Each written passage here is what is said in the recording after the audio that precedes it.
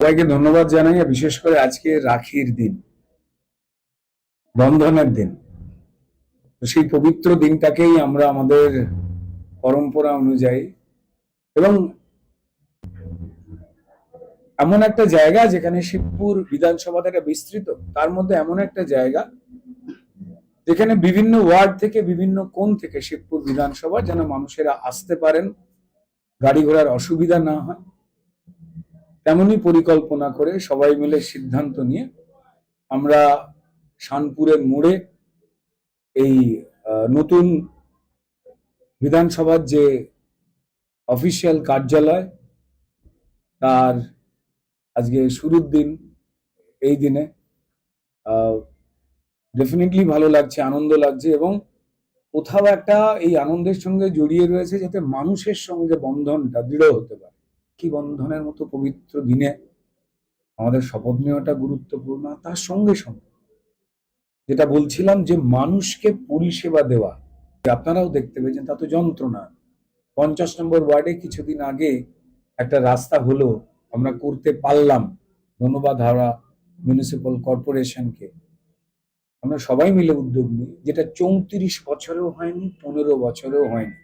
আপনি নিয়মিত বসবেন একটু টাইমিংটা বলুন।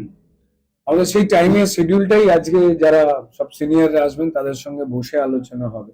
এই বিধায়ক কার্যালয় বা বিধানসভা শিবপুরের যে কার্যালয়, তা আমাদের যে বিজেপির লড়াকু কার্যকর্তা যারা অনেক যন্ত্রণা পেয়েছেন, যাদের অনেক কষ্ট দেওয়া হয়েছে, শুধু তাদের জন্য নয়, আমি সবার বিধায়ক, যারা আমায় ভোট দিতে পেরেছেন, যারা পারেননি, যারা শিবপুর বিধানসভায় থাকে, তাদের সবার বিধায়ক আমি। তো ফলত সবারই কাজকর্ম করা, প্লাস এখানে একটা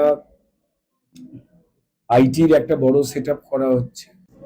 ওয়ার্ড ভিত্তিক কার্যালয় সেটা তো হবেই, না হলে ওই দিন ভাগ করে করে সেখানে বসতে হবে। যদিও এই জায়গাটি এমন ভাবেই নেওয়া হয়েছে যাতে সবার আসতে সুবিধা হয়, তবুও বিভিন্ন ওয়ার্ডে, এখন ওয়ার্ড বলতে দেখুন এখন 10টা শিবপুর বিধানসভায় ওয়ার্ড, এবার ডিলিমিটেশনের পর সেই ওয়ার্ড কোন সংখ্যায় গিয়ে দাঁড়াবেন সেটা অফিসিয়ালি সরকার ঘোষণা করবে, আমরা সেদিকে তাকিয়ে আছি। এবং আনন্দের কথা যে আমরা কাউন্সিলর পেয়ে যাব। 2018 সাল থেকে কাউন্সিলরহীন করে একটা নগরকে ডাস্টবিন বানিয়েছে এর আগে তৃণমূল সরকার, তা সবার জানা। আর তার কাউন্সিলররা এমন বড় লোক হয়েছেন যে অন্য দেশকেও ঋণ দিতে পারেন, এমন একটা অবস্থা।